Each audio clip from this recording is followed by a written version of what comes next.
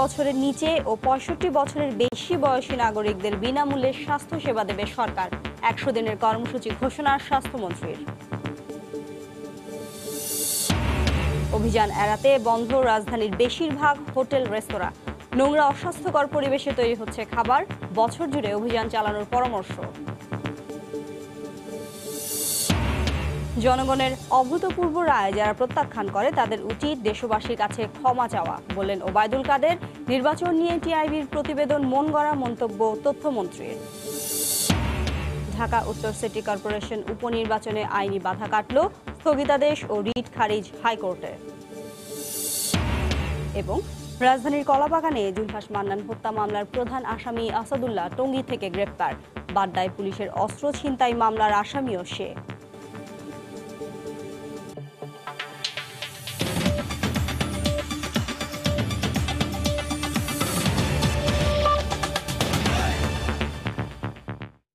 সময় সংবাদের সঙ্গে আছি আমি শিরিন আক্তার। ১ বছরের নিচে এবং ৬৫ বছরের ঊর্ধ্বে সব নাগরিককে বিনামূল্যে চিকিৎসা সেবা দেবে সরকার।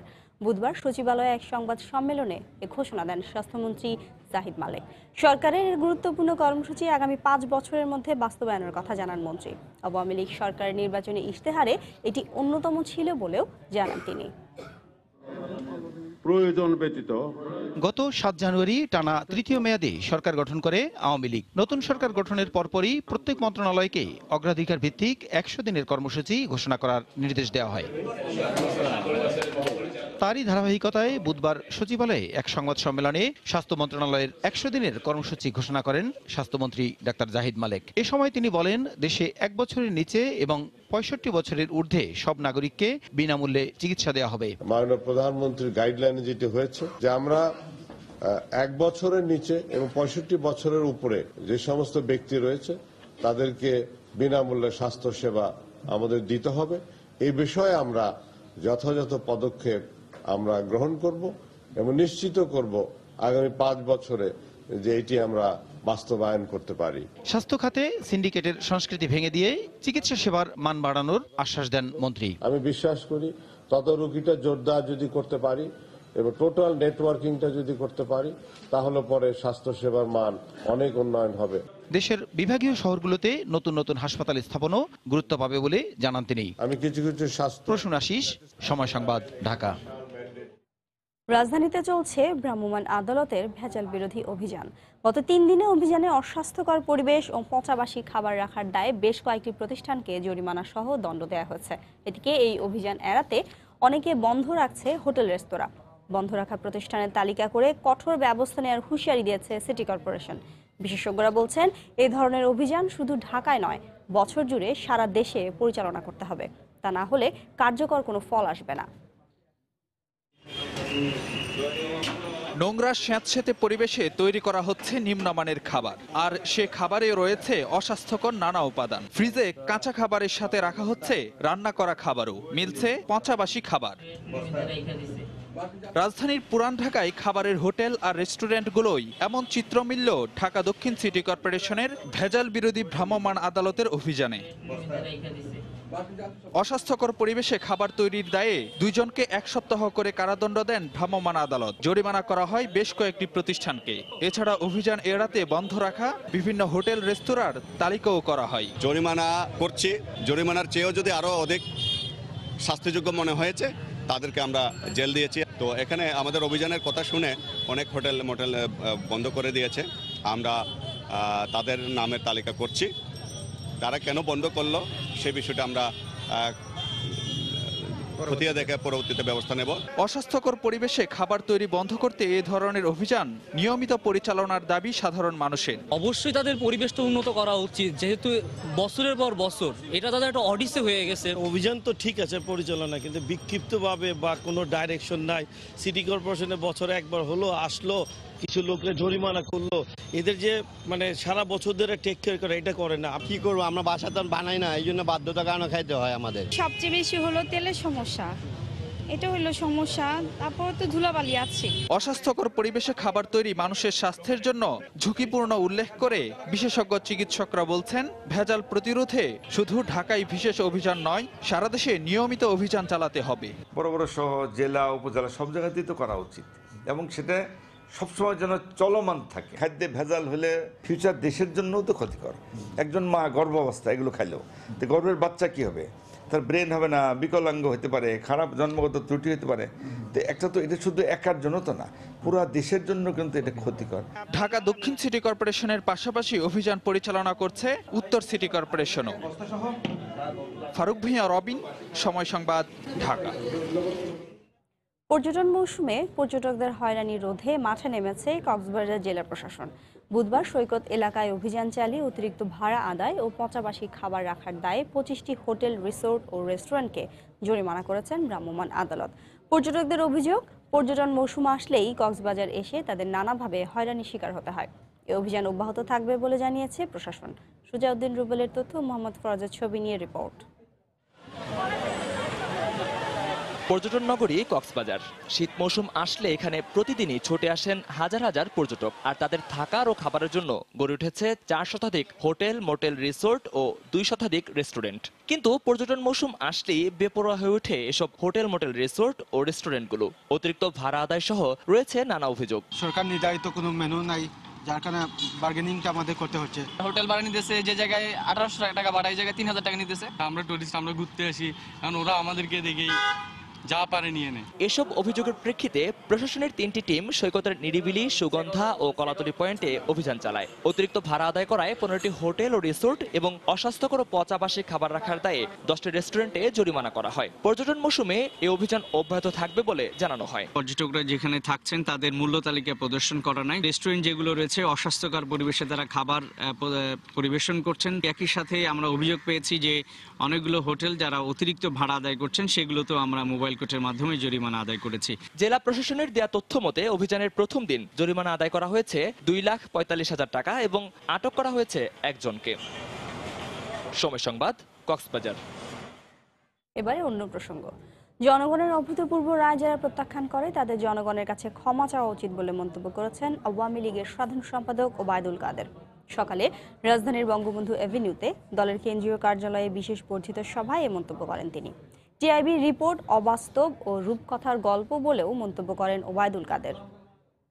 জনগণের এ অভূতপূর্ব বিজয়কে যারা প্রত্যাখ্যান করে তাদের ক্ষমা চাওয়া উচিত। আর টিআইবি কে বলবো, রূপকথার কাহিনী সাজাচ্ছে, তখন বলার কোনো কারণ খুঁজে পাননি। এতদিন পরে এই অলীক অবিশ্বাস্য রূপকথার কাহিনী কেন সাজাচ্ছেন আমরা তা জানি। এদিকে নির্বাচন নিয়ে টিআইবির প্রতিবেদন ত্রুটিপূর্ণ, একপেশে ও রাজনৈতিক উদ্দেশ্য প্রণোদিত বলে মন্তব্য করেছেন তথ্যমন্ত্রী ডক্টর হাসান মাহমুদ। সকালে চট্টগ্রামে নিজ বাসভবনে সংবাদ সম্মেলনে একথা বলেন তিনি। টিআইবি, বিএনপি ও জামায়াতের পক্ষে মন গড়া প্রতিবেদন দিয়েছে বলে উল্লেখ করেন হাসান মাহমুদ। নির্বাচন যে অপেক্ষাকৃত শান্তিপূর্ণ হয়েছে সেই বিষয়টিও টিআইবির প্রতিবেদনে নাই। এগুলোতে স্পষ্ট প্রমাণিত টিআইবির এই প্রতিবেদন হচ্ছে একপেশে, উদ্দেশ্য প্রণোদিত, রাজনৈতিক উদ্দেশ্য প্রণোদিত এবং পরাজিত পক্ষকে কথা বলার সুযোগ করে দেওয়ার জন্য একটি প্রতিবেদন ছাড়া অন্য কোনো কিছু নয়। বিএনপি জামাতের পক্ষে টিআইবি একটি প্রতিবেদন দিয়েছে মাত্র, অন্য কোনো কিছু নয়। উৎসবমুখর পরিবেশে দ্বিতীয় দিনের মতো চলছে আওয়ামী লীগের সংরক্ষিত নারী আসনের জন্য মনোনয়ন ফর্ম বিক্রি এবং জমাদান কার্যক্রম। বুধবার সকাল থেকেই আওয়ামী লীগ সভাপতির রাজনৈতিক কার্যালয়ে দলের মনোনয়ন ফর্ম কিনতে ভিড় করেন নেতাকর্মীরা। নির্ধারিত 2টি বুথ থেকে এ পর্যন্ত ফর্ম সংগ্রহ করেছেন প্রায় 1000 প্রত্যাশী। দ্বিতীয় দিনেও মনোনয়ন প্রার্থীদের লাইনে দেখা গেছে নবীন, প্রবীণ, তৃণমূল এবং কেন্দ্রীয় নেতাদের। 30,000 টাকা মূল্যের এ ফর্মে 111-এর ভূমিকা, মুক্তিযুদ্ধে পরিবারের ভূমিকা সহ 16 ধরনের তথ্য দিতে হচ্ছে প্রার্থীদের। শুক্রবার সন্ধ্যা পর্যন্ত চলবে সংসদের সংরক্ষিত আসনের জন্য দলীয় মনোনয়ন আবেদনপত্র কেনা ও জমাদান কার্যক্রম।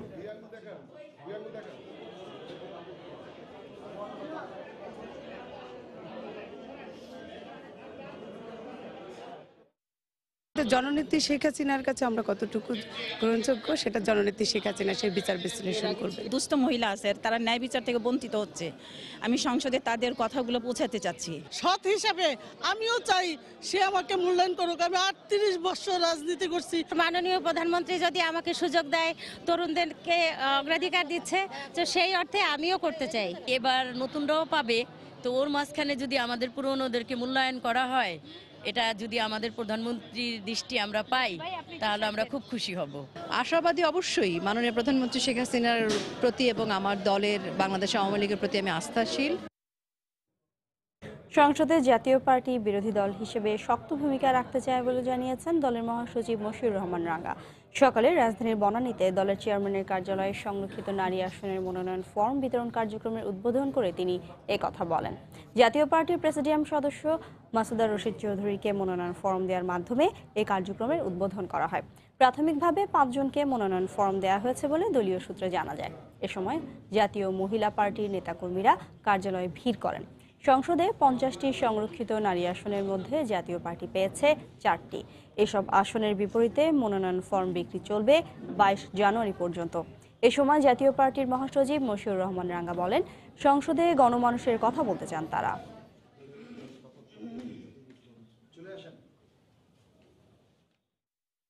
আমরা এখন পর্যন্ত প্রস্তুতি নিচ্ছি।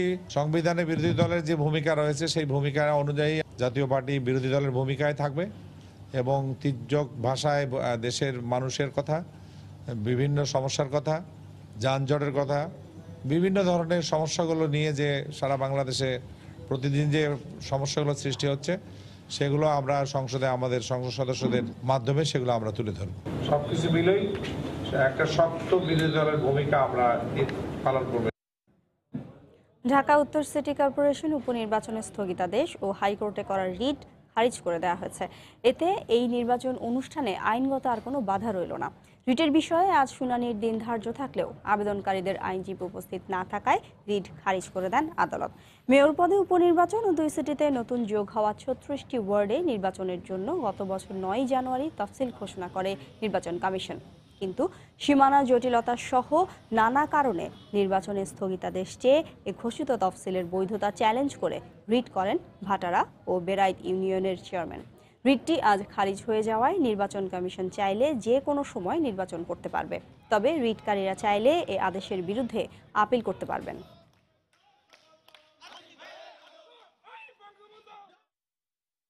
হাইকোর্ট বিভাগ রুল দিয়েছিলেন ইতিপূর্বে, অদ্য পিটিশনারদের আইনজীবীদের অনুপস্থিতি হেতু রুলটা খারিজ করে দিয়েছেন এবং ইতিপূর্বে প্রদত্ত অন্তর্বর্তীকালীন যে স্থগিতাদেশ ছিল সেটাও হাইকোর্ট বিভাগ বাতিল করে দিয়েছেন। এর ফলে যেটা দাঁড়ালো সেটা হলো ঢাকা উত্তর সিটি কর্পোরেশন নির্বাচনের জন্য এখন আর কোনো আপাতত বাধা নেই। প্রধানমন্ত্রী শেখ হাসিনার সঙ্গে সৌজন্য সাক্ষাৎ করেছেন বাংলাদেশে নবনিযুক্ত ইরানের রাষ্ট্রদূত মোহাম্মদ রেজা নাফার। সকালে প্রধানমন্ত্রীর কার্যালয়ে সাক্ষাৎ করেন তিনি। এ সময় টানা তৃতীয়বারের মতো নির্বাচিত হয়ে সরকার গঠন করায় প্রধানমন্ত্রী শেখ হাসিনাকে শুভেচ্ছা ও অভিনন্দন জানান ইরানের রাষ্ট্রদূত। পরে বাংলাদেশ ও ইরানের মধ্যে দ্বিপাক্ষিক সম্পর্ক আরও জোরদার করা সহ দুদেশের স্বার্থ সংশ্লিষ্ট বিভিন্ন বিষয়ে আলোচনা হয়। প্রধানমন্ত্রীর কার্যালয়ের কর্মকর্তা ও ইরান দূতাবাসের কর্মকর্তারা এ সময় উপস্থিত ছিলেন।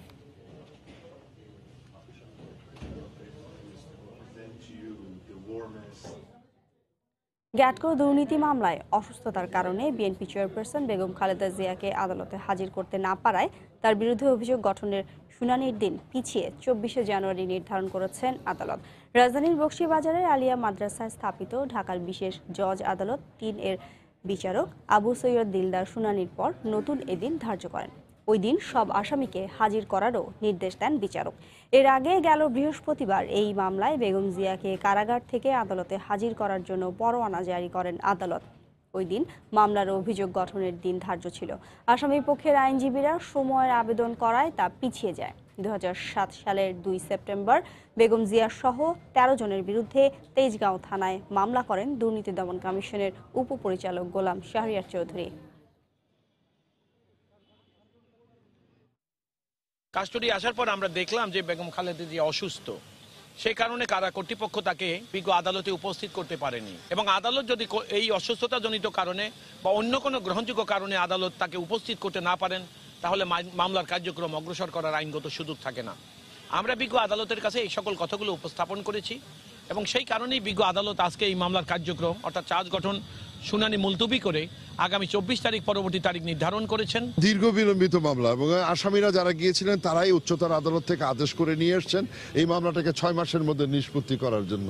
এর মধ্যে অলরেডি আমরা আসামির উপস্থিতির জন্য 1 মাস সময় পার করে ফেললাম এবং তারপর আমরা আসামি পক্ষকে বললাম যে আপনারা আপনাদের পক্ষে যুক্তিতর্ক প্রদর্শন শুরু করেন।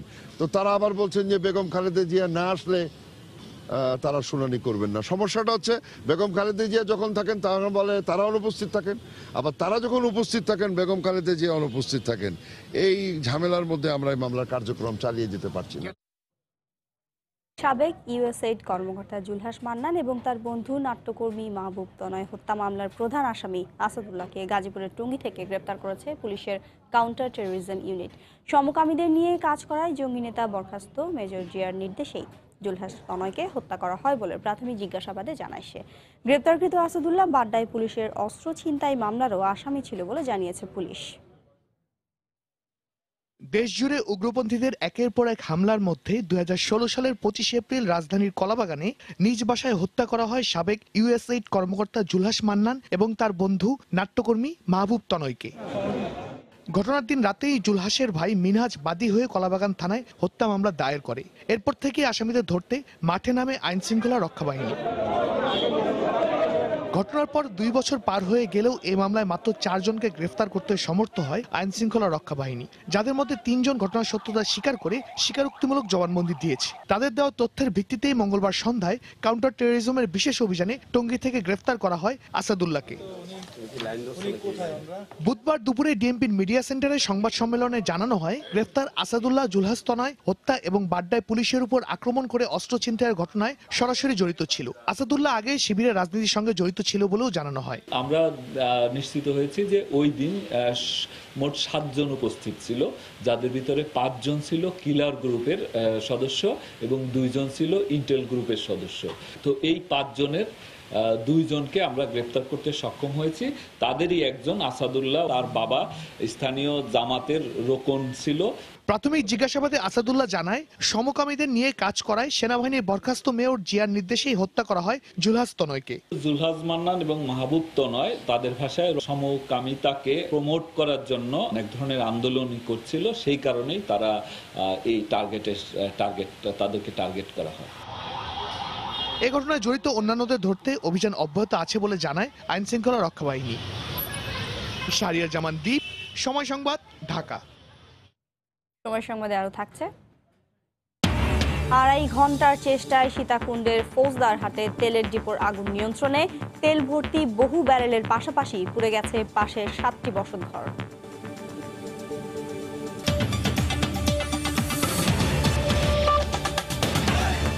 24 ঘন্টার মধ্যে আলোচিত উবার রাইডার শাহনাজ আক্তার পুতুলের চুরি যাওয়া স্কুটিটি উদ্ধার করেছে পুলিশ। দুপুরে রাজধানীর তেজগাঁও জোন বিভাগীয় কমিশনার কার্যালয়ে এ বিষয়ে ব্রিফ করে পুলিশ। মঙ্গলবার রাতে অভিযান চালিয়ে নারায়ণগঞ্জের সাইনবোর্ড এলাকা থেকে তার স্কুটিটি উদ্ধার করা হয়। আমরা হ্যান্ডওভার করে দেব। উবার মোটোতে বাইক চালিয়ে সংসার চালান মিরপুরের বাসিন্দা শাহনাজ আক্তার পুতুল। তার কঠিন জীবন সংগ্রামের গল্প সামাজিক যোগাযোগ মাধ্যমে ব্যাপক প্রশংসা পায়। শাহনাজকে স্থায়ী চাকরি দেওয়ার প্রলোভন দেখিয়ে সোমবার দুপুরে রাজধানীর খামার বাড়িতে তার বাইকটি নিয়ে পালিয়ে যান জনি নামে এক ব্যক্তি। বিষয়টি নিয়ে আবারও আলোচনার ঝড় ওঠে সামাজিক যোগাযোগ মাধ্যমে। অভিযোগ দায়েরের পর অভিযান চালিয়ে ওই দিন রাতেই নারায়ণগঞ্জ থেকে তার বাইকটি উদ্ধার করে পুলিশ। রঘুনাথপুর এলাকায় তারা রওনা হয়ে যায়। ওইখানে গিয়ে ওই যে মোবাইলের যে রেজিস্ট্রেশনের যে ছবি, এই ছবি ভদ্রমহিলা শনাক্ত করে যে এটাই চোর বা তার কাছে নিয়ে গিয়েছে। রঘুনাথপুর এলাকায় গিয়ে তারা খোঁজাখুঁজি করে এবং বিভিন্ন বাড়িতে বিভিন্ন জনের সহায়তায় খোঁজ খবর করে যে এই লোকটি দেখেছেন কিনা। তো ওইখানকার লোকজনের সহায়তায় তারা চিনতে পারে এবং তারা বাড়ি দেখিয়ে দেয়।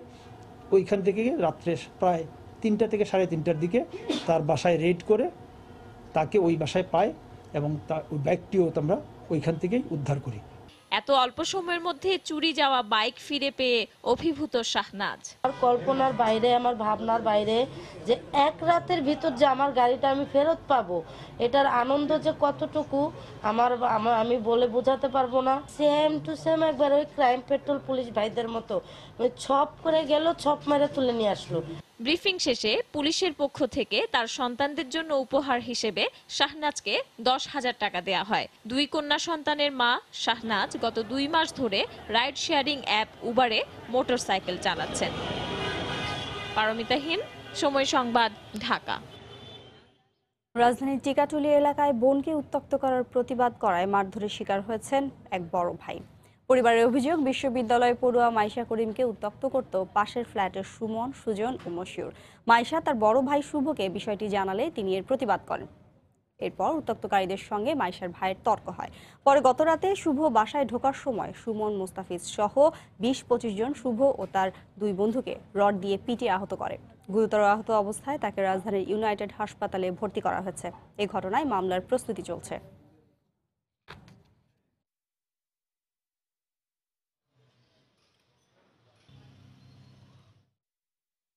আমাকে প্রায় সময় রাস্তায় আসা যাওয়া উত্ত্যক্ত করতো, আজে বাজে ব্যাড কমেন্টস করতো, যার কারণে আমি কখনো বলিনি, বিকজ এটা অনেক সমস্যা হতে পারে। এতই ব্যাড কমেন্টস করতেছে যে আমি সহ্য সীমার বাইরে চলে গেছে, এতই বাজে কথা বলছে, যার জন্য আমার বাসায় জানাইতে বাধ্য হয়েছি। তো পরে আমার ভাইয়া ওনাকে কয়েকটা কথা বলছে, জাস্ট বলছে যে কেন, জিজ্ঞেস করছে যে কেন আমার বোনকে সম্পর্কে সব কথাবার্তা বলা হয়েছে বা সামথিং। কিন্তু এই কথার জের ধরে উনি আমার ভাইয়াকে এসে কাল রাতে ইচ্ছা মতো মেরে চলে গেছে, তার হাত বা মুমূর্ষু অবস্থা। এটা কেন? থেকে 25 জন ছেলে আয়সা আমাদের আক্রমণ করলো আর কি। হাতে হকি স্টিক ছিল, লাঠি ছিল, লোহার পাইপ ছিল, যেভাবে পারছে মারছে। চট্টগ্রামে কাভার্ড ভ্যান চাপায় প্রাণ গেল এক কলেজ শিক্ষার্থীর। সকালে কলেজ যাওয়ার পথে তাকে পেছন থেকে চাপা দেয় কাভার্ড ভ্যান। দুর্ঘটনার পরই চালক জসিমকে আটক করে পুলিশ।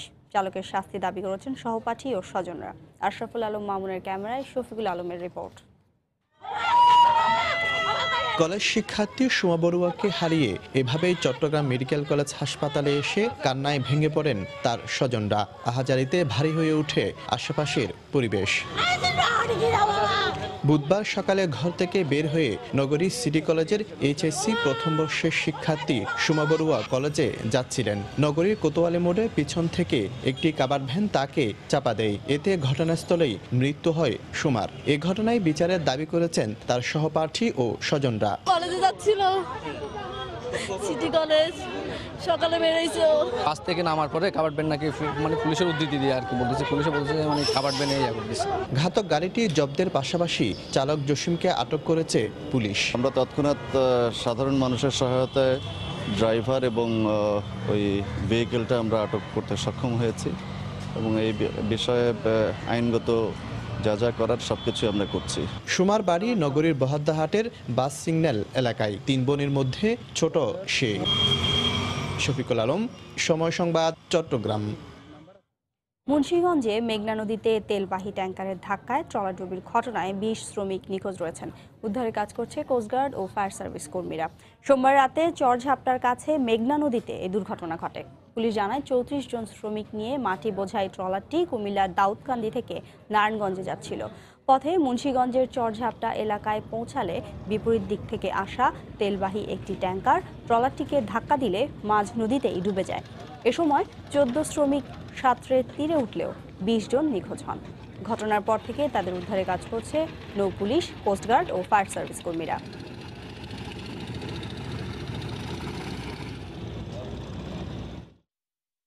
আমরা জানতে পেরেছি যে এখানে 34 জন লোক এই ট্রলারটিতে ছিল, তার মধ্যে 14 জনকে তাৎক্ষণিকভাবে উদ্ধার করা সম্ভব হয়েছে। বাকি যে 20 জনের বিষয়ে এখনো পর্যন্ত আমরা ট্রেস করতে পারিনি, তবে আমাদের উদ্ধার কার্যক্রম চলছে। আমরা সম্মিলিতভাবে সবাই চেষ্টা করছি যাতে আমরা ওই ট্রলারটি জায়গাটি নির্ধারণ করে ট্রলারটি যাতে উদ্ধার করতে পারি। ফখরুল ইসলাম আলমগীর জাতীয় ঐক্যকে আরও শক্তিশালী করতে রাজনৈতিক দলগুলোর প্রতি আহ্বান জানান তিনি। বিকেলে জাতীয় প্রেস ক্লাবে আয়োজিত আলোচনা অনুষ্ঠানে মির্জা ফখরুল একথা বলেন। কোনো মতেই হতাশার কোনো জন্ম না হয় তার জন্য সজাগ থাকা এবং প্রত্যেকটি রাজনৈতিক দলকে সচেতনভাবে জাতীয় ঐক্যকে আরো বেশি দৃঢ় করা, এটার প্রয়োজন ছিল, অবশ্যই ঐতিহাসিকভাবে প্রয়োজন ছিল এবং প্রয়োজন আছে। কেউ যদি মনে করে থাকেন যে এককভাবে কেউ এই ভয়াবহ দানবের সঙ্গে সংগ্রাম করে গণতান্ত্রিক বিজয় লাভ করবেন, তাহলে তিনি আমার সোজা কথা মানে তিনি সঠিক সত্যটা উপলব্ধি করতে পারছেন না। চট্টগ্রামে সীতাকুণ্ডের ফৌজদারহাটে তেলের ডিপোর আগুন ফায়ার সার্ভিসের 12টি ইউনিটের 2.5 ঘন্টার চেষ্টায় নিয়ন্ত্রণে এসেছে। তবে এর আগেই পুড়ে গেছে তেল ভর্তি বহু ব্যারেল এবং পাশের অন্তত 7টি বসতঘর। পার্থপ্রতিম বিশ্বাসের পাঠানো তথ্য ছবি নিয়ে রিপোর্ট। ফায়ার সার্ভিস জানায়, বুধবার দুপুর 1টার দিকে সীতাকুণ্ডের ফৌজদারহাট এলাকায় জাহাজের পরিত্যক্ত তেলের একটি ডিপোতে হঠাৎ করে আগুন লাগে। মুহূর্তের মধ্যে পুরো ডিপোতে আগুন ছড়িয়ে পড়ে। প্রাথমিকভাবে আগুন নিয়ন্ত্রণের চেষ্টা করে স্থানীয়রা। পুড়ে যায় তেলের ডিপো সহ আশপাশের অন্তত 7টি বসতঘর। ক্ষতিগ্রস্ত হয় পার্শ্ববর্তী নিটলস মোটরের সার্ভিস সেন্টার। তেলের ডিপোটা ছিল, ওটা থেকে আগুনটা বেশি সূত্রপাত হয়েছে। বাইরে দেখলে ধোঁয়া উঠছে, অনেক কালো ধোঁয়া, আউট অফ কন্ট্রোল। সো আমরা কি করে সব এসকেপ করে ফেলি, আমাদের যেসব ইকুইপমেন্ট আছে সরাই ফেলি। পুরো শেডটাই জ্বলে গেছে, প্লাস আমাদের সাবস্টেশনটা পুরোপুরি নষ্ট হয়ে গেছে, প্লাস পুরো ওয়ারিংটাই জ্বলে গেছে আমাদের সার্ভিস সেন্টারের। ফায়ার সার্ভিসের 12টি ইউনিটের প্রায় 2.5 ঘন্টা চেষ্টায় আগুন নিয়ন্ত্রণে আসে। অরক্ষিতভাবে যে ডিপোটা করা হয়েছে, এখানে কোনো সিস্টেম, সেফটি, সিকিউরিটি কোনো কিছু মানা হয়নি। সেই অরক্ষিতভাবে ড্রামগুলো রেখেছে, যার পরিপ্রেক্ষিতে যখন সেই ড্রাম একটা থেকে একটা চেঞ্জ করার সময় হয়তোবা কেউ সিগারেট ফেলেছে, অথবা এই ড্রামের চেঞ্জিং এর সময় এটা ওভার হিটিং এর কারণে আগুনটা লেগে গেছে। ফায়ার সার্ভিস জানায়, অপরিকল্পিতভাবে তেলের ডিপো গড়ে তোলার কারণে এ দুর্ঘটনা ঘটেছে। সময় সংবাদ, চট্টগ্রাম। পূর্ব ঘোষণা ছাড়াই আজ থেকে আগামী 19 ফেব্রুয়ারি পর্যন্ত সিলেটের তামাবিল স্থলবন্দর দিয়ে কয়লা রপ্তানি বন্ধ করে দিয়েছে ভারত সরকার। হঠাৎ করে আমদানি বন্ধ হয়ে যাওয়ায় বাংলাদেশি ব্যবসায়ীরা আর্থিকভাবে ক্ষতিগ্রস্ত হবেন বলে আশঙ্কা করা হচ্ছে। পাশাপাশি বেড়ে গেছে কয়লার দাম। দিগেন সিংহের ক্যামেরায় বিস্তারিত জানাচ্ছেন আব্দুল আহাদ। দীর্ঘদিন বন্ধ থাকার পর 1 জানুয়ারি থেকে 31 জানুয়ারি পর্যন্ত কয়লা আমদানির অনুমতি দেয় ভারত সরকার। এরপর এলসি খুলে নতুন করে ব্যবসা শুরু করেন বাংলাদেশি ব্যবসায়ীরা। কিন্তু কোনো ঘোষণা ছাড়াই বুধবার থেকে ভারত সরকার কয়লা রপ্তানি বন্ধ করে দিয়েছে। আর আমদানি বন্ধ হয়ে যাওয়ায় ক্ষতির মুখে পড়েছেন বাংলাদেশি ব্যবসায়ীরা। 15 তারিখ এক্সটেনশন হওয়ার সম্ভাবনা ছিল, এটা না হয়ে আমরা 15 সিদ্ধান্ত শুনলাম যে 16 তারিখ থেকে কয়লা বন্ধ। এতে আমরা ব্যবসায়ীরা অনেক ক্ষতিগ্রস্ত। আমাদের অনেক এলসি পড়ে আছে, ভাঙ্গা এলসি। এটা নিষেধাজ্ঞার কারণে আজকে সাময়িকভাবে বন্ধ আছে। তবে এই বন্ধের বিষয়টি নিয়ে আমরা এরই মধ্যে ইন্ডিয়ান কাস্টমসের সাথে আলাপ আলোচনা চলছে। আশা করছি খুব সহজে হয়ে যাবে। ব্যবসায়ীরা জানান, কয়লা আমদানির জন্য গতকালও তারা ভারতে এলসি করেছেন। এখন বন্ধ হয়ে যাওয়ায় এলসির ডিউটির টাকায় ক্ষতি হবে তাদের। আমাদের ব্যবসায়ীদের অনেক ক্ষতিগ্রস্ত হবে। আমাদের কেবল গতকালকেই আমরা অনেক লক্ষ লক্ষ টাকার, কোটি কোটি টাকার এলসি করছি, সরকারের রাজস্ব দিছি। কার্পাসগুলা বাকি উপরে আটকে যাবে, বা অনেক লোড গাড়ি আছে বা লোড করাইছে, আমরা পাই নাই। অনেকে আছে নতুন এলসি করছে, কোনো মালই পায় নাই এখন পর্যন্ত। কয়লা আমদানি বন্ধ হয়ে যাওয়ায় বেকার হয়ে পড়েছেন হাজার হাজার কয়লা শ্রমিক। ট্রাক চালকরাও বসে আছেন বেকার। কাজ নাই, বেকার থাকে সারাদিন। আমার গাড়িতে 5-6 জন লোডার থাকে, তারাও অবসর হয়ে যায়, কোনো কাজকর্ম পায় না। প্রতিদিন এই শুল্ক স্টেশন দিয়ে 300-র মতো কয়লার ট্রাক দেশে প্রবেশ করে। কয়লা রপ্তানি বন্ধের প্রতিবাদে ভারতের মেঘালয়ে আন্দোলন করছেন সেখানকার ব্যবসায়ীরা। আব্দুল আহাদ, সময় সংবাদ, তামাবিল স্থলবন্দর, সিলেট। নির্বাচনের পর আবারও সিলেটমুখী পর্যটকরা। প্রাকৃতিক সৌন্দর্য উপভোগ করতে জাফলংয়ে ভিড় করছেন দেশি বিদেশি পর্যটকরা। এই মুহূর্তে লালাখালে আছেন রিপোর্টার আব্দুল আহাদ। সরাসরি চলে যাচ্ছি তার কাছে। আহাদ। হ্যাঁ শিরিন, আমরা এখন আছি লালাখালে। এটি হলো সারি নদী, যেটিকে বলা হয় নীল পানির নদী। সেই সারি নদীর লালাখাল 0 পয়েন্টে আমরা দাঁড়িয়ে আছি, আপনারা দেখতে পাচ্ছেন। আজকে আমরা সারাদিন ছিলাম পর্যটকদের সঙ্গে। এর আগে আমরা জাফলং ঘুরে এসেছি, তামাবিল ঘুরে এসেছি এবং শ্রীপুর পর্যটন কেন্দ্র ঘুরে এসেছি। আমরা যেমনটি দেখেছি যে আপনারা জানেন যে নির্বাচনের সময় সিলেটে পর্যটকদের আগমন কিছুটা কম হলেও নির্বাচনের পরে কিন্তু আবার পর্যটকদের স্রোত সিলেটমুখী হয়ে গেছে। এবং পর্যটকরা সিলেটের যে প্রাকৃতিক নৈসর্গিক সৌন্দর্যের যে জায়গাগুলো আছে, জাফলং, লালাখাল বিছানাকান্দি এইসব জায়গায় গিয়ে তারা তাদের আনন্দের সময় পার করছেন এবং পর্যটকরা এইসব জায়গায় এসে কিছুটা সমস্যার সম্মুখীন হচ্ছেন। তারা বলছেন যে এই লালাখালে এসে বিশেষ করে এখানে যদি মানুষ যদি ঘুরতে হয় তবে নৌকা নিতে হয় এবং এখানকার নৌকা ভাড়া প্রতি ঘন্টায় 600 টাকা নেওয়া হয়। পর্যটকরা বলছেন এই 600 টাকা অনেক বেশি হয়ে যায়, যদি 200 বা 300 টাকা নেওয়া হয় ঘন্টা প্রতি তাহলে তাদের জন্য অনেকটা উপকার হতো। তবে আমরা জাফলংয়ে দেখেছি সেখানকার অনেক উন্নয়ন হচ্ছে।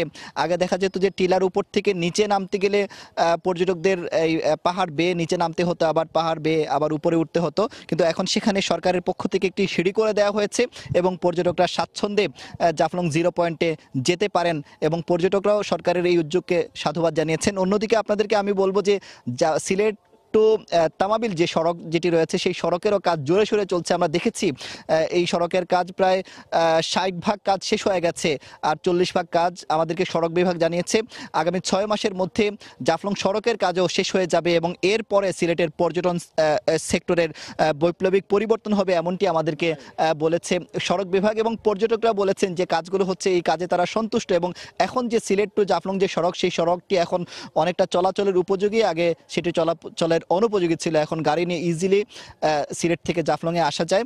এবং পর্যটকরা বলছেন এখন নৌকা ভাড়া কমাতে হবে এবং নৌকার মাঝিদের সঙ্গে আমরা কথা বলেছি, তারা বলেছে যে এখানে অনেক নৌকা হয়ে গেছে যে কারণে তারা প্রতি একদিনে একটা বা 2-3 দিনে একটা টিপ পান। আমরা তাদেরকে বলেছি এত নৌকা যদি না করে এখানে 20টা বা 30টা নৌকা হতো তবে হয়তো তারা প্রতিদিন একটি টিপ পেতেন।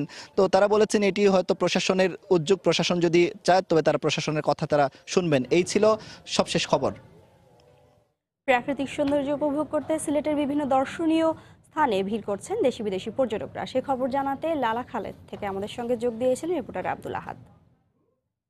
কক্সবাজারে দ্রুত গতিতে এগিয়ে চলছে দেশের সর্ববৃহৎ আশ্রয়ণ প্রকল্পের কাজ। এখানে আশ্রয় পাবেন 1991 সালে ভয়াবহ ঘূর্ণিঝড়ে উদ্বাস্তু হওয়া 4500 পরিবার। শুধু আশ্রয় নয়, আধুনিক প্রশিক্ষণের মাধ্যমে প্রকল্প এলাকায় কর্মসংস্থানের ব্যবস্থা করার আশ্বাস দিয়েছেন জেলা প্রশাসক। সুজাউদ্দিন রুবেলের তথ্য, মোহাম্মদ ফরাজের ছবি নিয়ে রিপোর্ট। 1991 সালে ভয়াবহ ঘূর্ণিঝড়ে উদ্বাস্তু হয় কক্সবাজারি কুতুবদিয়া উপজেলার হাজার হাজার মানুষ, যাদের মধ্যে অনেকেই ঘরবাড়ি হারিয়ে আশ্রয় নেয় কক্সবাজার বিমানবন্দর সংলগ্ন নাজিরার টেক কুতুবদিয়া পাড়া ও সমিতি পাড়ায়। কিন্তু বিমানবন্দরকে আন্তর্জাতিক মানে উন্নীত করতে আশপাশের সরকারি খাস জমিতে বসবাসরত উদ্বাস্তু বাসিন্দাদের স্থানান্তরের উদ্যোগ নেয় প্রশাসন। 2016 সালে প্রধানমন্ত্রীর বিশেষ উদ্যোগে বাঁকখালী নদীর পাশে প্রায় 254 একর জমিতে নেওয়া হয় খুরুশকুল বিশেষ আশ্রয়ণ প্রকল্পের উদ্যোগ। 2017 সালের মার্চে কার্যাদেশের পর বাংলাদেশ সেনাবাহিনী কর্তৃক দ্রুত এগিয়ে চলছে এই প্রকল্পের কাজ।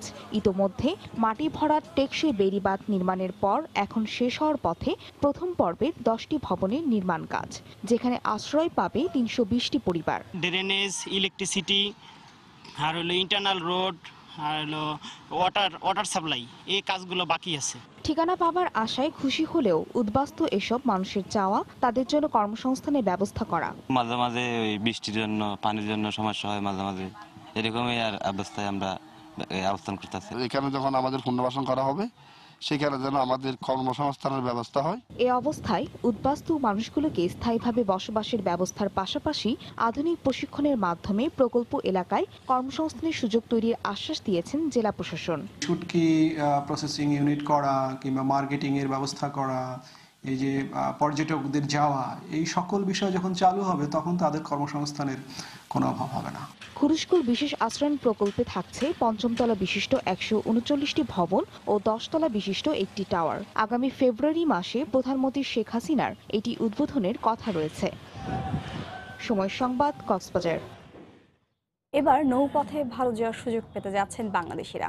আগামী মার্চে কলকাতা থেকে বাংলাদেশ হয়ে আসামের গুয়াহাটি পর্যন্ত জাহাজে যাত্রী চলাচল শুরু হবে। এতে শুধু যোগাযোগ ব্যবস্থার উন্নতি নয়, আরামদায়ক ও ভ্রমণ দুদেশের পর্যটন ও অর্থনীতিতে খুলবে নতুন দুয়ার। নৌ যোগাযোগের সম্ভাব্য সব দিক বিবেচনা করতে আগামীকাল বৈঠকে বসছে সরকারের সংশ্লিষ্ট দপ্তরগুলো। এহসান জুয়েলের রিপোর্ট। এদেশের ভ্রমণ পিয়াসী মানুষের স্বপ্ন সত্য হতে যাচ্ছে। এবার দুই পারের সবুজ প্রকৃতি দেখে আর নদীর কলতান শুনতে শুনতে জাহাজে ভ্রমণ করে যাওয়া যাবে ভারত। নৌ প্রোটোকল চুক্তির আওতায় বাংলাদেশ ও ভারতের মধ্যে পণ্যবাহী জাহাজ চলাচল করছে 1972 সাল থেকে। গত বছরের সেপ্টেম্বরে দুই দেশের মধ্যে এসওপি অনুসারে আগামী মার্চ মাস থেকে যাত্রীবাহী জাহাজ চলাচল শুরুর ব্যাপারে এর মধ্যে আগ্রহ দেখিয়েছে দুটি কোম্পানি। এর মধ্যে আরভি বেঙ্গল গঙ্গা ভারতের আর জার্নি প্লাস প্রতিষ্ঠানটি বাংলাদেশের। মূলত ভারতের কলকাতা হয়ে বরিশাল, চাঁদপুর, নারায়ণগঞ্জ হয়ে ঢাকা আসবে এই রুটের জাহাজ। পরে ঢাকা, মাওয়া, আরিচা, সিরাজগঞ্জ, চিলমারি হয়ে যাবে আসামের গুয়াহাটি। এই উপলক্ষে সব প্রস্তুতি সম্পন্ন করেছে বাংলাদেশ। ইতিমধ্যেই অবকাঠামোগত উন্নয়নের কাজ শুরু হয়ে গেছে। 31টা নদী বন্দর, তার মধ্যে 6টা নদী বন্দর হচ্ছে প্রোটোকল রুটের আন্ডারে। ইমিগ্রেশন ফ্যাসিলিটি ডেভেলপ করার জন্য আপাতত টেম্পোরারি কিছু ব্যবস্থা করা হচ্ছে। আগামী 1 থেকে 1.5 বছরের ভিতরে একটা আন্তর্জাতিক মানের স্ট্রাকচারাল একটা অবকাঠামোগত উন্নয়ন আমরা সাধন করতে পারবো। কলকাতা থেকে গুয়াহাটি 1535 কিলোমিটার পুরো ভ্রমণে সময় লাগবে 17 দিন। আগামী 29শে মার্চ শুরু হবে প্রথমবারের মতো এই যাত্রা। মূলত পর্যটকদের লক্ষ্য করে শুরু হওয়া এই প্রকল্পে একজন যাত্রীর খরচ হতে পারে 20 থেকে 25,000 টাকা। বিআইডব্লিউটিসি তার একটি জাহাজ আমরা চেষ্টা করতেছি যে এটা ঢাকা থেকে কলকাতা পর্যন্ত চালু করার জন্য। সভা করে এটার ইমিগ্রেশন, সিকিউরিটি ক্লিয়ারেন্স কিছু বিষয় আছে। অনেক পর্যটক ভারত থেকে আসবে, তাতে আমাদের যোগাযোগ, ব্যবসা, নৌ বাণিজ্য এবং পর্যটন তাদের এই সুবিধাগুলো হবে। প্রতি বছর সড়ক ও আকাশপথে দুই দেশের মধ্যে 15 লাখ মানুষ যাওয়া আসা করেন। দেশের ভিতরে নৌপথে ছোট বড় 800 জাহাজ চলাচল করলেও আন্তর্জাতিক রুটে চলতে পারে মাত্র 12টি। দুদেশের জন্য লাভজনক এই প্রকল্পে বাংলাদেশ সমানভাবে অংশ নিতে হলে দ্রুত বেসরকারি জাহাজ নির্মাতাদের উৎসাহী করে বাড়াতে হবে জাহাজের সংখ্যা। আর যে নৌবন্দরগুলো ব্যবহার করা হবে সেগুলোতে প্রয়োজনীয় অবকাঠামো নিশ্চিত করা গেলেই আসবে টেকসই ও কার্যকর সুবিধা। ইহসান জুয়েল, সময় সংবাদ, নারায়ণগঞ্জ। ঢাকা আন্তর্জাতিক বাণিজ্য মেলায় সব ধরনের পণ্যের সমারোহ থাকলেও দেশীয় প্রক্রিয়াজাত খাদ্যপণ্য প্রতিষ্ঠানগুলো রয়েছে আধিপত্য। ছোট বড় মিলিয়ে এবারের মেলায় অংশ নিয়েছে এমন প্রায় অর্ধশত প্রতিষ্ঠান। নাগরিক জীবনের কর্মব্যস্ততায় সহজপ্রাপ্য হিসেবে বেকারি ও ফাস্টফুডের পাশাপাশি প্রক্রিয়াজাত খাবারে আগ্রহ বাড়ছে ক্রেতাদের। হাসান শাফায়েতের রিপোর্ট। বিশ্বায়নের প্রভাব আর নগর জীবনের কর্মব্যস্ততা এখন সরাসরি প্রভাবিত করছে মানুষের খাদ্যাভ্যাস, রুচি ও চাহিদাই। এসব বিবেচনায় দেশে বর্তমানে অ্যাগ্রো প্রসেসিং শিল্প খাতে তৈরি হচ্ছে প্রায় 800 ধরনের প্রক্রিয়াজাত খাদ্যপণ্য। কৃষিভিত্তিক কাঁচামাল থেকে তৈরি পণ্যের প্রতি মানুষের আগ্রহ কতটা তার প্রমাণ মেলে ঢাকা আন্তর্জাতিক বাণিজ্য মেলায় অংশ নেওয়া প্রতিষ্ঠানের স্টল, প্যাভিলিয়নে লোক সমাগম দেখে। বিস্কুট, চানাচুর, চকলেট থেকে শুরু করে জ্যাম, জেলি, জুস, এমনকি পরোটা, সমুচা বা কাবাবের মতো ফ্রোজেন ফুডেরও সমারোহ রয়েছে স্টলগুলোতে। ভালো ভালো কিছু বিস্কিটের আইটেম আছে, জাম্বো অফার একটা আছে, আর একটা স্ন্যাক্স আইটেম আছে, কেক আইটেম আছে। বাচ্চাদের জন্য এখন নুডলস, ডোরা কেক এই টাইপের পণ্য কিনছি। দুধটা খেলাম, যথেষ্ট ভালো। এখন দেশীয় প্রোডাক্টগুলো খেয়ে আমরা কিন্তু ওই বিদেশি প্রোডাক্টের যে মোহটা এখান থেকে বের হয়ে এসেছে। মেলা উপলক্ষে সব বয়সী মানুষের জন্য নতুন পণ্যের সমাহার যেমন রয়েছে, তেমনি ক্রেতা আকর্ষণে দেয়া হচ্ছে বিভিন্ন ছাড়।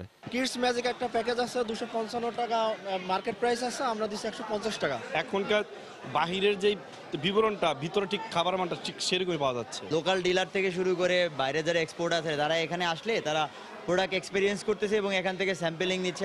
সম্ভাবনার আরেক দিক উন্মোচিত হয়েছে রপ্তানি খাতেও। 140টিরও বেশি দেশে প্রক্রিয়াজাত খাদ্যপণ্য রপ্তানি করে গেল বছর আয় হয়েছে প্রায় $50 কোটি। তাই দেশীয় বাজারের পাশাপাশি বিদেশে পণ্য রপ্তানির জন্য মেলাকে একটি প্রদর্শনীর সুযোগ হিসেবে দেখছেন ব্যবসায়ীরা।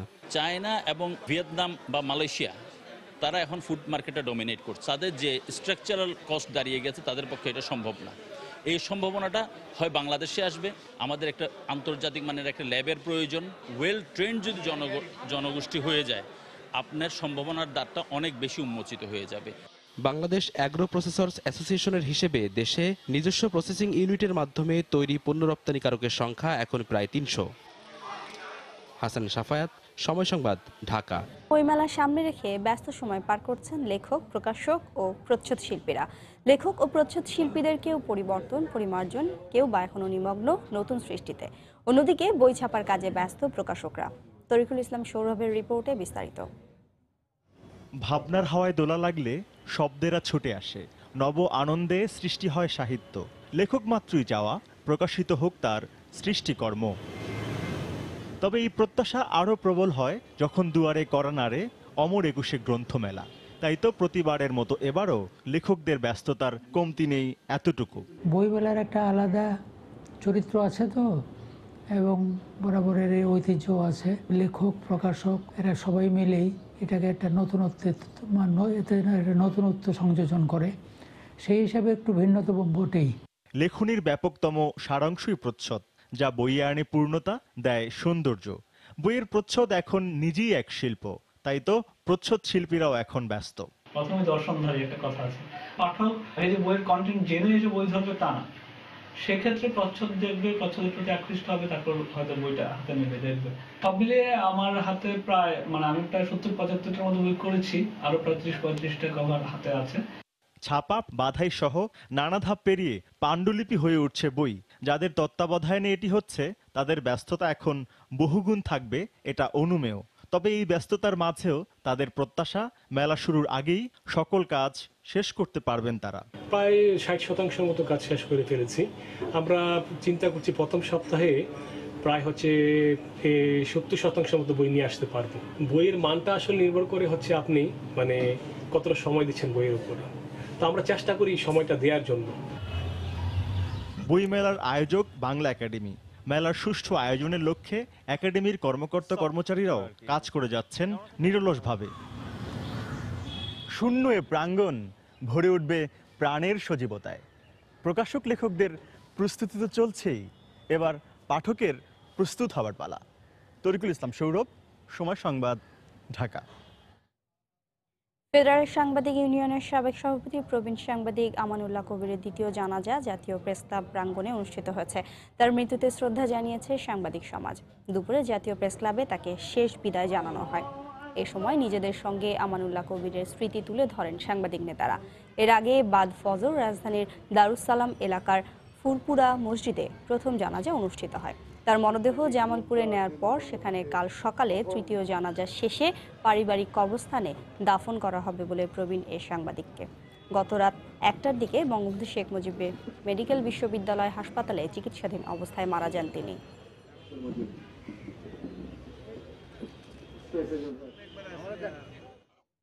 ঘন কুয়াশা আর কনকনে শীতে বিপর্যস্ত উত্তরাঞ্চল সহ বিভিন্ন জেলার জনজীবন। শীত উপেক্ষা করেই কাজের সন্ধানে বের হচ্ছেন খেটে খাওয়া মানুষ। চুয়াডাঙ্গায় আজ দেশের সর্বনিম্ন তাপমাত্রা 6.1 ডিগ্রি সেলসিয়াস রেকর্ড করা হয়েছে। শীতের তীব্রতা বেড়েছে চুয়াডাঙ্গায়। হাড় কাঁপানো কনকনে ঠান্ডায় হতদরিদ্র খেটে খাওয়া মানুষের দুর্ভোগ সবচেয়ে বেশি। আগুন জ্বালিয়ে শীত নিবারণের চেষ্টা করছেন তারা। এদিকে শীতের সঙ্গে পাল্লা দিয়ে বেড়েছে ঠান্ডাজনিত রোগে আক্রান্তের সংখ্যা। জেলার হাসপাতালগুলোতে ভর্তি হয়েছে অর্ধশতাধিক রোগী। জেলায় সর্বনিম্ন তাপমাত্রা 6.1 ডিগ্রি সেলসিয়াস রেকর্ড করা হয়েছে। শীত পড়বে কি চুয়াডাঙ্গায়, ঠান্ডা পড়ছে, কোনো কম্বলের ব্যবস্থাও পাচ্ছি না। আমরা খুব কষ্টে আছি, পড়াশোনা করতে সকালে স্কুলে যেতে খুব কষ্ট আছে। এত পরিমাণের শীত পড়ছে চুয়াডাঙ্গা জেলায়। পঞ্চগড়ে কনকনে ঠান্ডায় প্রয়োজন ছাড়া ঘর হতে বের হচ্ছেন না কেউ। কুয়াশার কারণে দিনের বেলায় হেডলাইট জ্বালিয়ে চলাচল করছে যানবাহন। শীত বস্ত্রের অভাবে বিপাকে পড়েছেন দরিদ্ররা। ঠাকুরগাঁওয়ে গত কয়েকদিন ধরে বেড়েই চলেছে শীতের তীব্রতা। বেলা বাড়লেও ঘন কুয়াশায় ঢাকা পড়েছে চারদিক। এরপরও শীত উপেক্ষা করে কাজে বের হতে হচ্ছে খেটে খাওয়া মানুষকে। আবার হঠাৎ করে দেখি যে গতকাল তুলনামূলকভাবে শীত আজকে খুব বেশি। বিশেষ করে যাদের বয়স্ক মানুষ তারে খুব সমস্যা। শীতে গাড়ি চালাইতে পারতেছি না, ঘর থেকে বাইরে হওয়া যায় না। নওগাঁয় কনকনে ঠান্ডায় বিপর্যস্ত স্বাভাবিক জীবনযাত্রা। বেলা বাড়লেও সূর্যের দেখা মেলে না। এছাড়া দিনাজপুর, লালমনিরহাট সহ বিভিন্ন জেলায় শীতের তীব্রতা বেড়েছে। রওজায়ে জাবিদ ঐশী, সময়।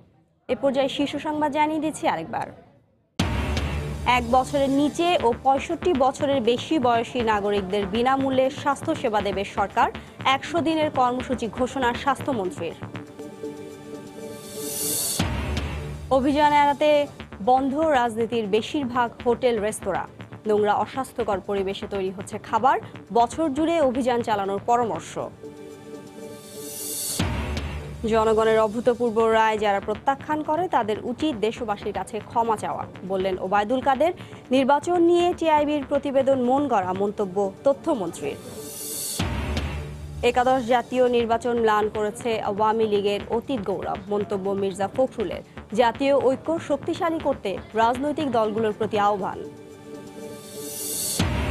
এবং ঢাকা উত্তর সিটি কর্পোরেশন উপনির্বাচনে আইনি বাধা কাটল, স্থগিতাদেশ ও রিট খারিজ হাইকোর্টে।